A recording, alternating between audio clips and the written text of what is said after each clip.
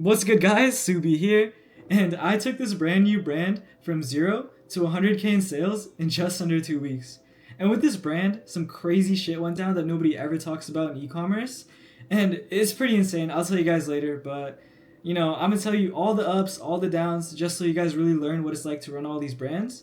But for anybody new, I know, there's so much bullshit going around, so I'll just show you guys a couple stores I'm running just so you know it's legit. But besides that, let's get straight into it. Alrighty, so as you guys can see here, I launched this brand on October 10th, $0, and from there it just scaled super fucking fast. And let's do a little bit of a refresh just so you guys can see.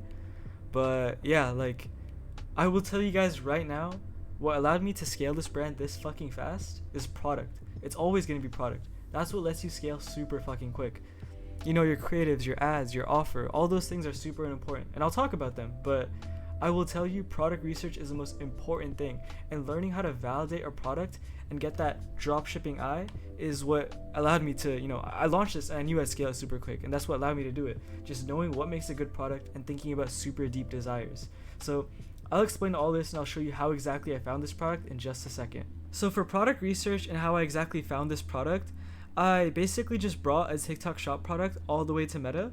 And if you guys don't know, TikTok shop is literally just the pinnacle of just impulse buying, and it's driven by just affiliate marketing, meaning it's just real people making videos about a product and they get a commission every time it gets a sale.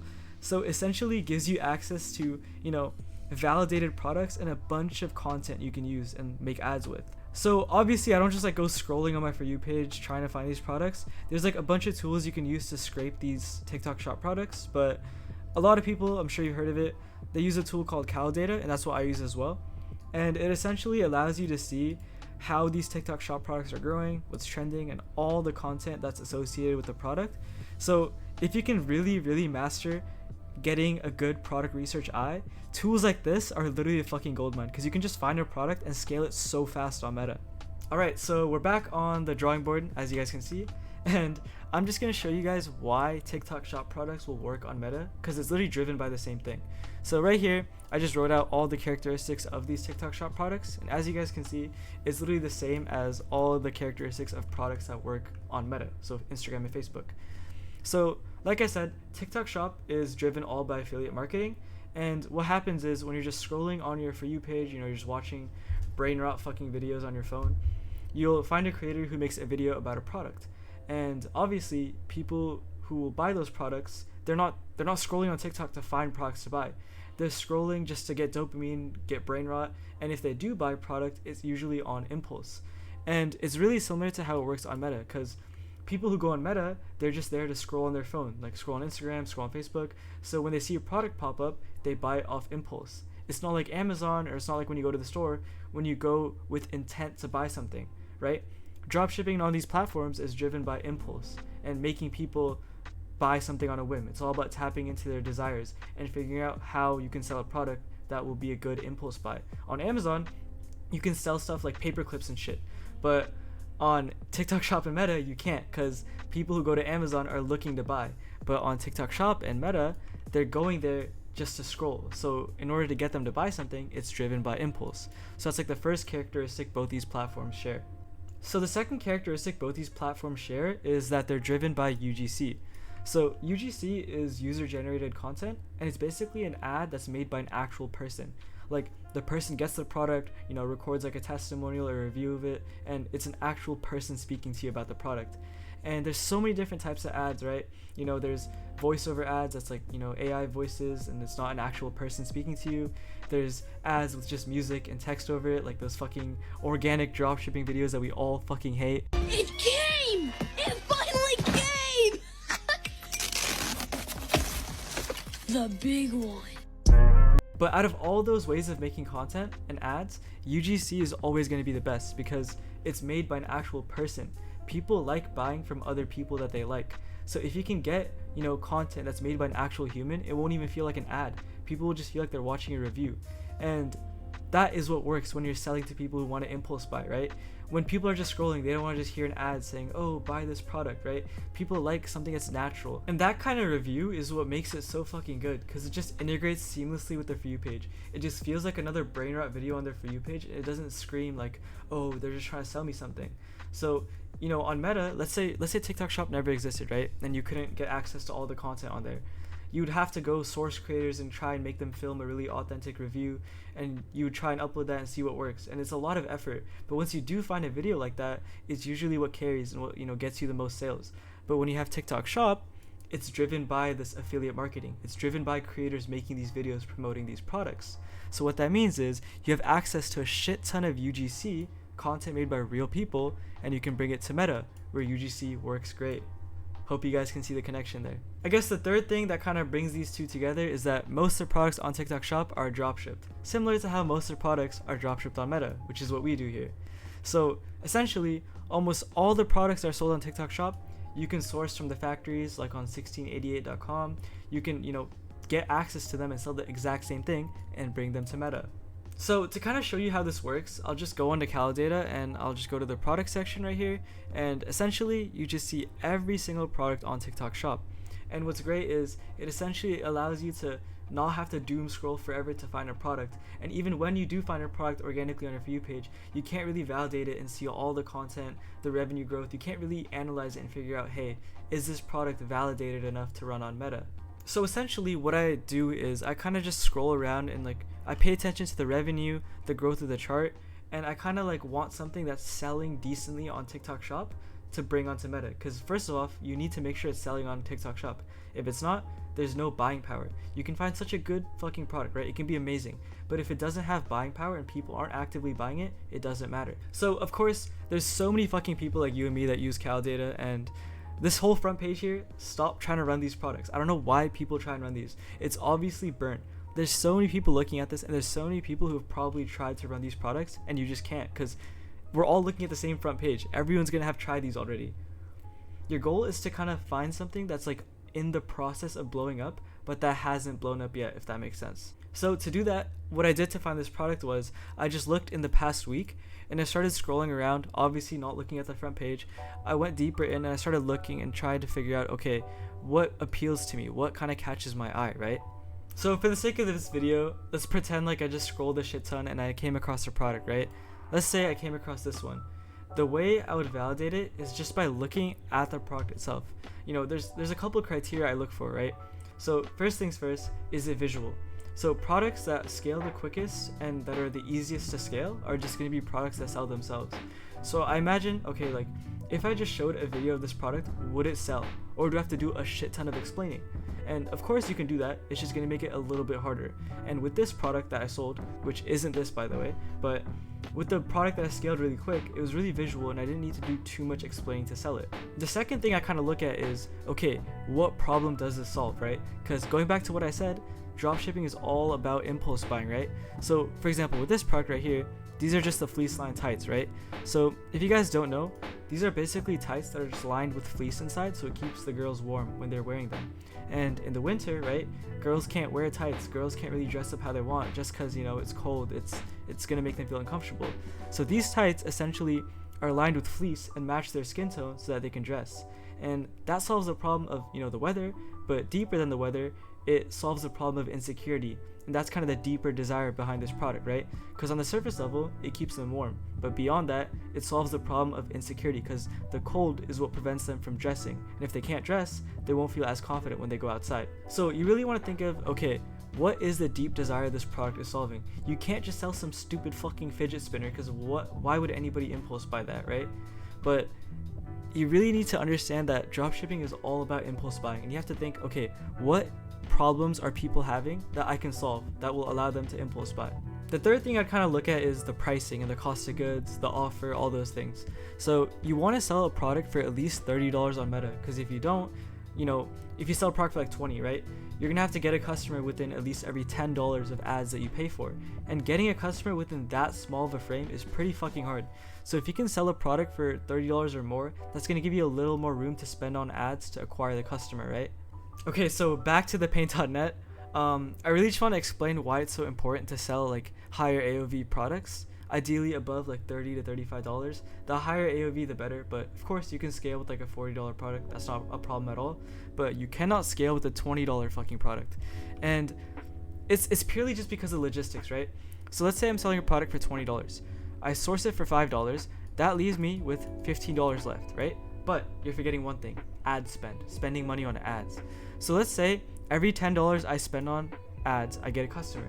That means I have a 2 ROAS, which is, the target. That's a pretty good return on your ad spend, right? So if I get a customer every $10 and it costs me $5 to actually fulfill the product, that's 10 plus 5 equals 15, right? And I'm selling it for $20. So $20 minus this 15 leaves me with a grand total of 1 McChicken worth of profit, right? So instead of only relying on a couple dollars of profit and having to acquire those customers in such a small window, right? Like $10 is not a lot. That's like 1,000 people at tops. You're being forced to consistently get customers in such a small group of people. Rather than worrying about that, you can sell these higher AOV, these higher average order value products. So with these higher average order value products, 100 being a lot, right? That's like on the higher end.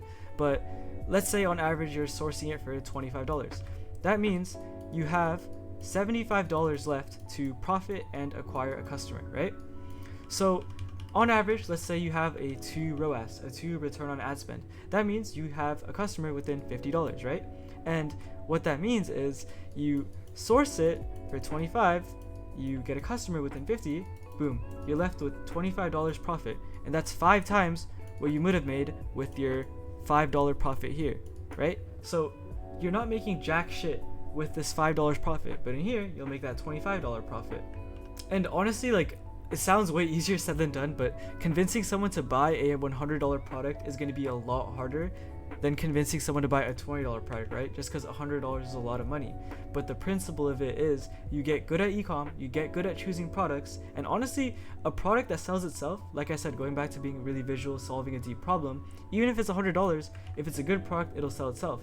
But on top of that, you can seal the deal by making really, really good ads. And once you learn how to find good products and make good ads, selling a product at $50, $100 isn't going to be a problem. You don't want to have to worry about selling these shit fucking products. You don't want to have this mindset that like, oh, the cheaper the product, the more money I'll make, like the more customers, they'll be attracted to the lower price. No. If you can get good at making good ads and choosing a good product, you can make more money in the long run with a higher value product. Anyways, back to Cal data. So once you find a product that you kind of like, what you want to do is you want to go down and go to the video and ad section, and you literally have access to so much fucking UGC. Not only do you have UGC, you have validated UGC that's getting sales. You obviously see the videos that are getting millions of fucking views, and you see that they're actually generating sales. They're not just getting views because it's entertaining. They're getting views and they're converting them and getting sales from them. And this is the best type of UGC that you can get. As I said before, if this didn't exist, if all this didn't exist, you're gonna have to go find creators yourselves and hope that they can make you videos that will get sales. But when you're on Calo Data, you have access to all the fucking content that's not only viral, but it's also getting sales. So this is already validated. You don't have to go out finding the creators, making them send you drafts and all these things. You literally have access to everything, and all you can do is just download them and upload them to Meta. So I mentioned earlier that you want to kind of catch a product before it takes off, right? I know this product was like on the front page. This is just a complete dummy product. Do not try running this product, guys. You're not going to make money. But essentially with this product, right, the reason I knew it would do good is because I saw that it was winter related, right? So what I did was I went to Google Trends, and Google Trends is basically where you can see all the search terms people are looking up, right? So I went on Google Trends and just typed the product's name, which is fleece tights. And I went to the past 5 years in the US, and as you guys can see here, boom.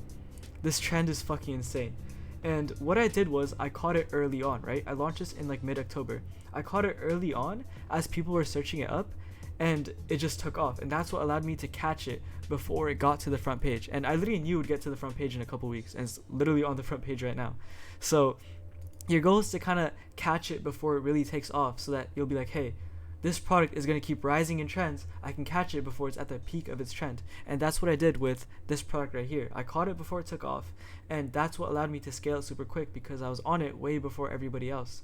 You really want to master, catching a product before it takes off, whether it's with Google Trends, whether it's just by looking at the Cal data graph. You can try catching a product on here. If you see the graph growing, you might be catching it early, who knows. But your goal is to kind of validate it and figure out, hey, why is this product growing? Is it going to scale? Is it going to continue growing? Your goal is to try to figure out why. So you can use Google Trends. You can kind of use your 2 cents to figure out, hey, is this problem a really big problem right now? Is it going to continue to grow? And that's what I did with this product right here. So in terms of all the creatives and how I made them for the product, all I did was I went to the video and ad section and just ripped these one to one and uploaded them to Meta. I obviously cut out when it said like TikTok Shop and stuff, but these types of ads are literally what most brands are striving to get. Like, these UGC ads are usually the ones that perform the best out of all the other types of ads, right? And I essentially just went and found the most validated UGC, right? As you can see, this one has 1.4 million views, 50K in sales. I just took them, downloaded them, and uploaded them to Meta. So it's pretty fucking simple. To test your product on here, that's all you really need to do. From there, of course, you need to know how to make your own creatives because you can't just rely on these forever. But that's essentially what I did to test the product. So with my testing strategy, I always do one CBO. And if you guys don't know, CBO just basically means campaign budget optimization. And it essentially just allows Meta to decide how it wants to spend on your ads. So I test with $150 on day one. And essentially, it chooses how to spend this $150 based on what ads it thinks is good, right? So, you know, it could spend $70 on this ad, $30 on this ad, and like $10 on this, and like it could choose how it spends based on which one it thinks it'll do good. And the goal behind this is to always trust the AI, right? Like I talk about in all my other videos, always let the AI do its work. You don't need to do no ABO bullshit, like ABOs where each ad gets a fixed amount of dollars. You don't need to do that. You want to let Facebook do the work, because if you don't trust the AI, why the fuck are you advertising on their platform, right? And from there, I always just target North America first, so that means USA and Canada. And I don't like testing in like EU countries and stuff. I know some people do it, that's fine. I just like making sure I can get sales here first, because Americans are stupid and that's where we're going to make the most money. And while I'm scaling, I'll expand to other countries, but I don't want to get sales from EU and stuff, because again, they're good, but they're not what's going to make me the big money. I don't really care about making a few extra $100. I want to know if the product will scale in the biggest consumer market in the world, right? So I always target only North America, no other EU, no other big 5 countries, always just only North America with this $150 test. And from there, I usually test with 6 ads total, and I basically make one ad set for each ad, right? Some people, they'll have one ad set and throw all the other ads in here, right?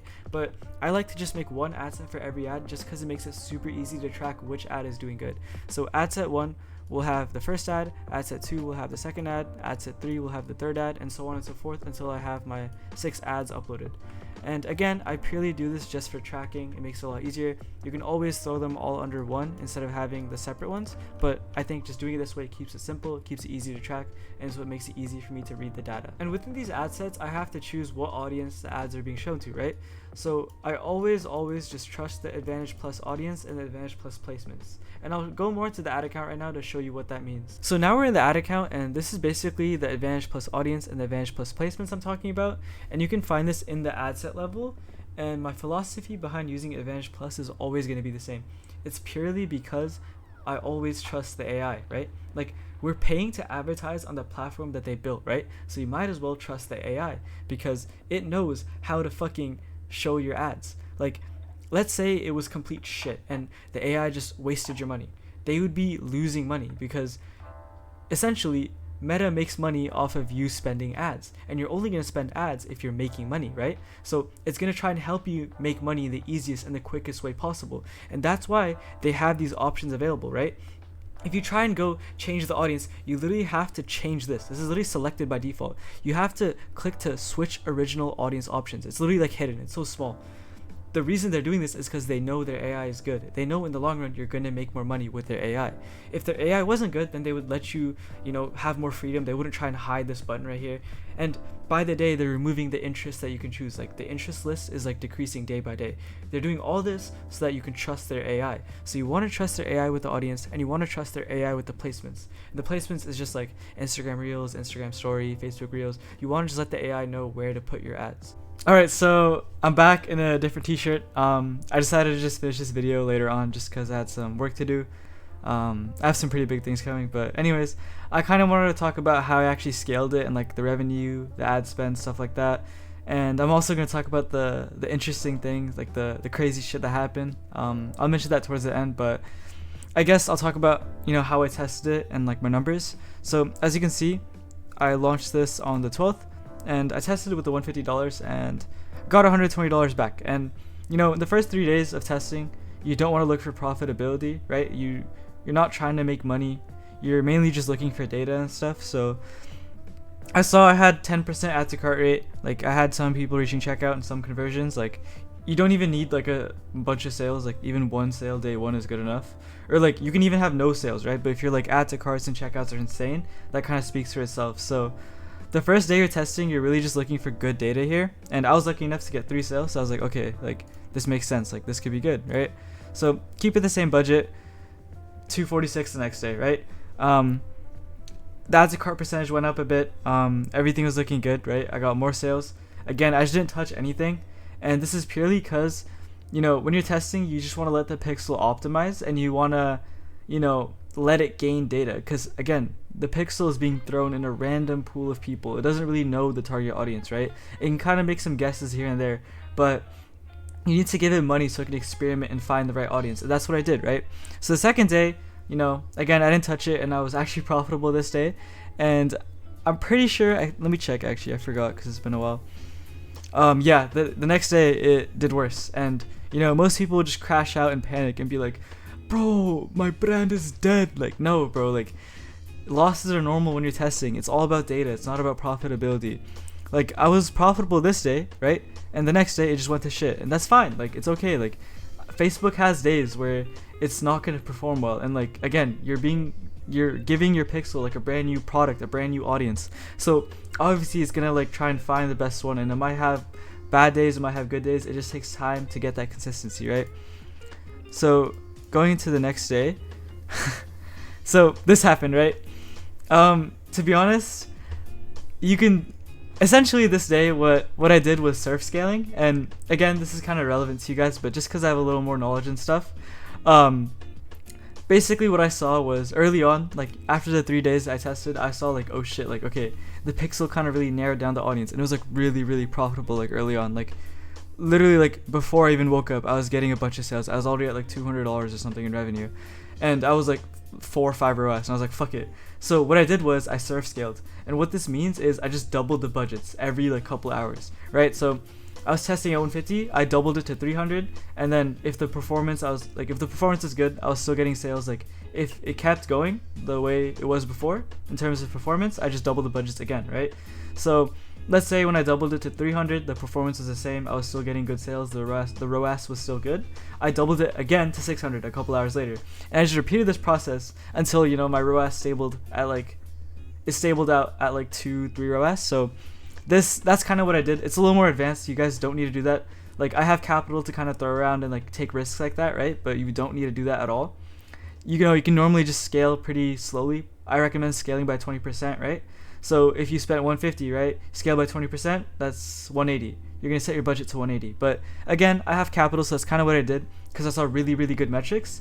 And again, if you're early on testing and you see like really high ROAS, you can just double the budgets. But this only works when you're really early. And that's why I did such a risk here, because I saw insane numbers. I was like, fuck it, like I'm going to just surf scale and see what happens. So going into next day, the sales dropped a bit. And that's because what I do is after I'm doubling the budgets, right, it's going to spend like, you know, $400, I'd say $400-$500. So I kind of just reset it back to what it spent. So I think on this day it spent about 400. So I didn't want to like bump it up too heavily, so I just reset it back to about 300-400, and I didn't touch the budgets. It just spent. And on this day as well, like it's like it wasn't like as profitable as this day right here, but you know, I'm assuming on this day it just kind of rode the wave, right? But on the next day, kind of had to reset, and you know, I bumped the budgets heavily, right? Like I was at 150 originally, like for 3 days, and then I just bumped it to like 400, right?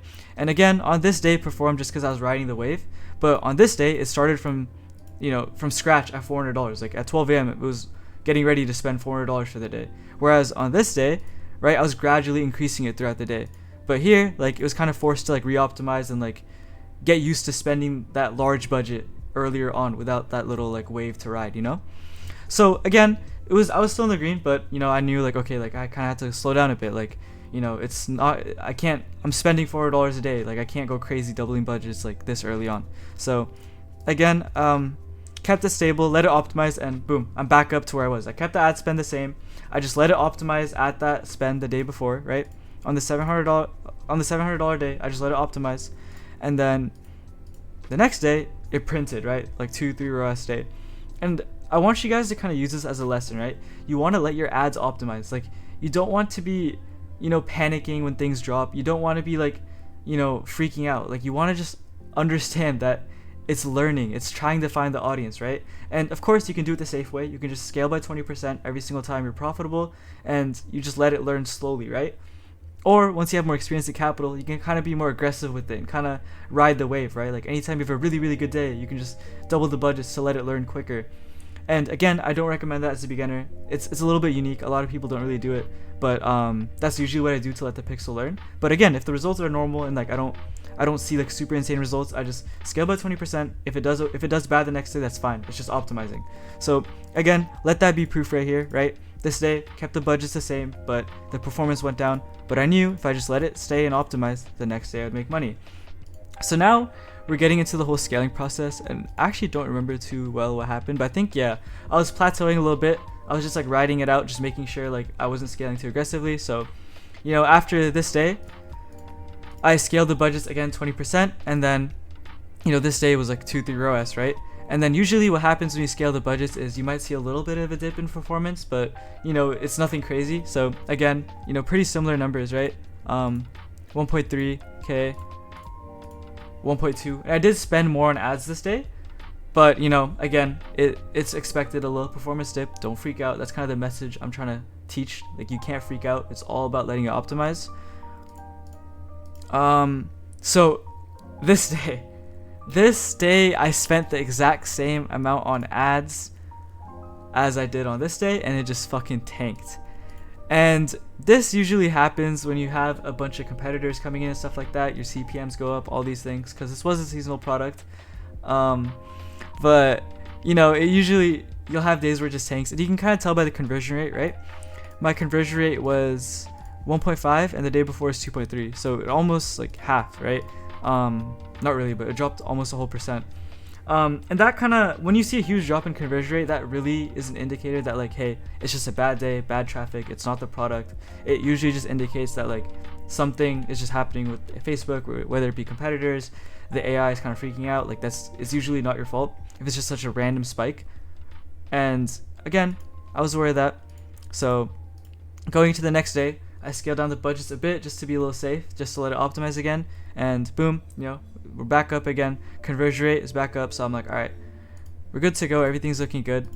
And then boom, scaled again from there. And then you see where I'm going. Like, it's a slow. It's not a linear path. It's not like straight up like this. It's kind of comparable to like your progression in like e-commerce or anything, right? Like, it's always gonna be ups and downs, ups and downs. It's never one straight linear path, right? You're gonna have one day where it's up, one day down, up, down, but it's straight up. It's eventually going to the trend line is gonna be overall straight up. It's just the actual journey isn't a linear path. It's kind of like crypto, right? Like, you have like a resistance line, all that stuff, but that's what happened this day. Like, I knew like, okay, I let it optimize and I fucking printed. And that's kind of what I just wrote out. Like, I just wrote out that wave of letting it fucking print. Again, I was getting aggressive scaling this. Like, I went from an $800 day to a 3K day, and I scaled the budgets pretty aggressively. This comes with knowledge and experience, but I always recommend scaling by 20%. And as you guys saw, 6K day. And now we're getting into like the bigger numbers. We're getting into like shit, like about to make 5 figures a day on this store. And this is when you have to be really, really careful about budgeting, and you can't be like doubling budgets all the time and stuff like that, because with this you're going to be reaching a super larger amount of people, like a larger group of people. And if you're doubling the budgets at this scale, like, it's going to make it a lot harder, because Facebook has to find tens of thousands of people. And that's why you kind of have to be a little more careful. And I don't know if you guys noticed this, but my conversion rate has been going up, right? Like 3.8, what would say 4? And this is all because it's optimizing. It's finding the right audience. And like, conversion rate will kind of tell you that. But don't freak out. Like, you don't need like 4% conversion rate on every store. It's a mixture of CPM, CPC. Like, conversion rate by itself isn't just a good metric to look at, but it kind of tells you like, okay, today's a good day, today's a bad day. So going into the 23rd, broke 5 figures, right? I rode the wave. Like, I'm scaling. I'm kind of using my knowledge to scale more aggressively, and we had our first 5-figure day on this brand. And as you guys can see, the conversion rate is maintaining. This is telling me like, okay, Facebook is finding this audience. But because I scaled to this level really quick, the degree to which I'll have those ups and downs is like a lot worse, because I scaled here super fast, right? And I think, yeah, going into it, like, you know, today, like, I think today was like a much more profitable day. Like, the ROAS was like crazy, like probably like 3-4, but today the ROAS here is probably like 2, but that's okay. Like, I'm not gonna freak out, because this is like an abnormal day. As you guys can see, like, this entire time frame, like, boom, it's just such a linear growth. Like, this is insane, right? $800 day, 12K day. Like, when you grow that fast, you're gonna have pretty big inconsistencies, and that's okay.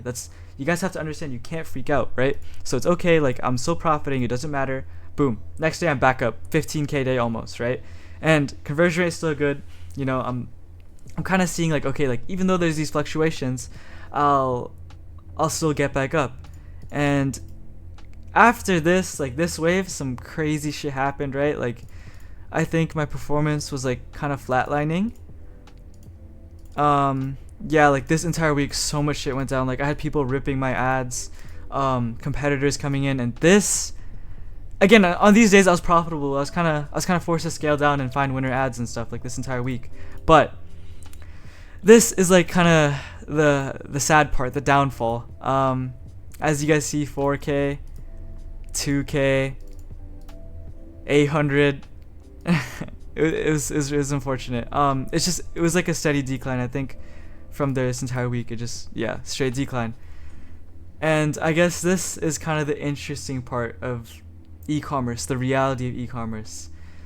Long story short, what happened was a competitor paid an employee to go into my ad account, delete my ads, and they took the ads and uploaded it themselves.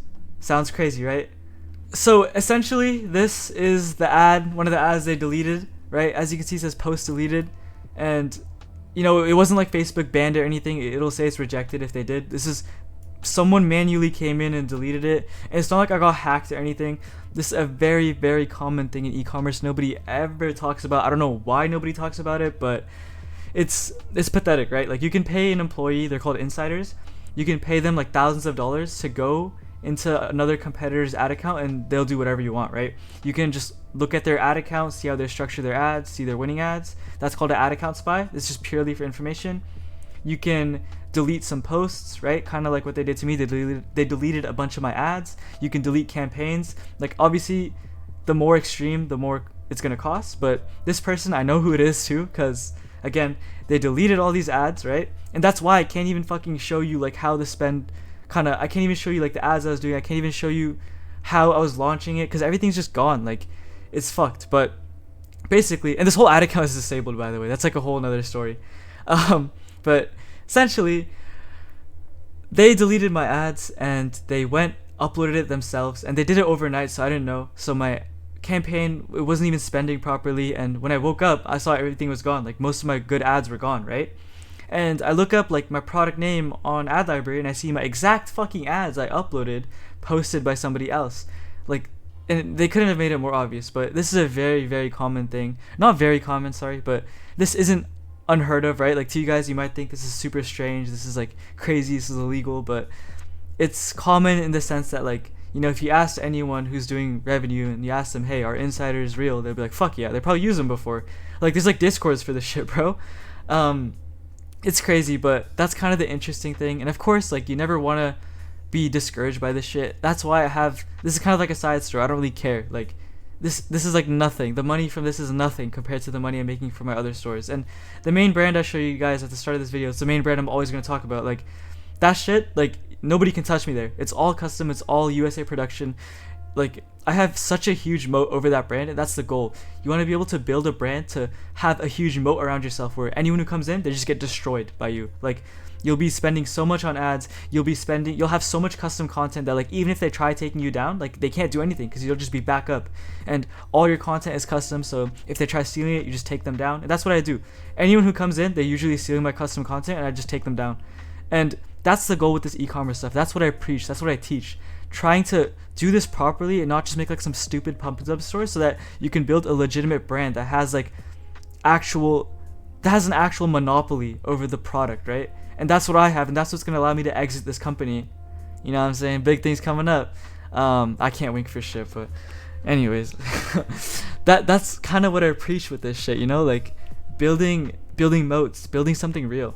And this just kind of shows you how stupid shit that goes on. And again, never be discouraged. Like, it's not common. I don't know why I said common, but it's just something that can happen. You just have to be prepared for it, right?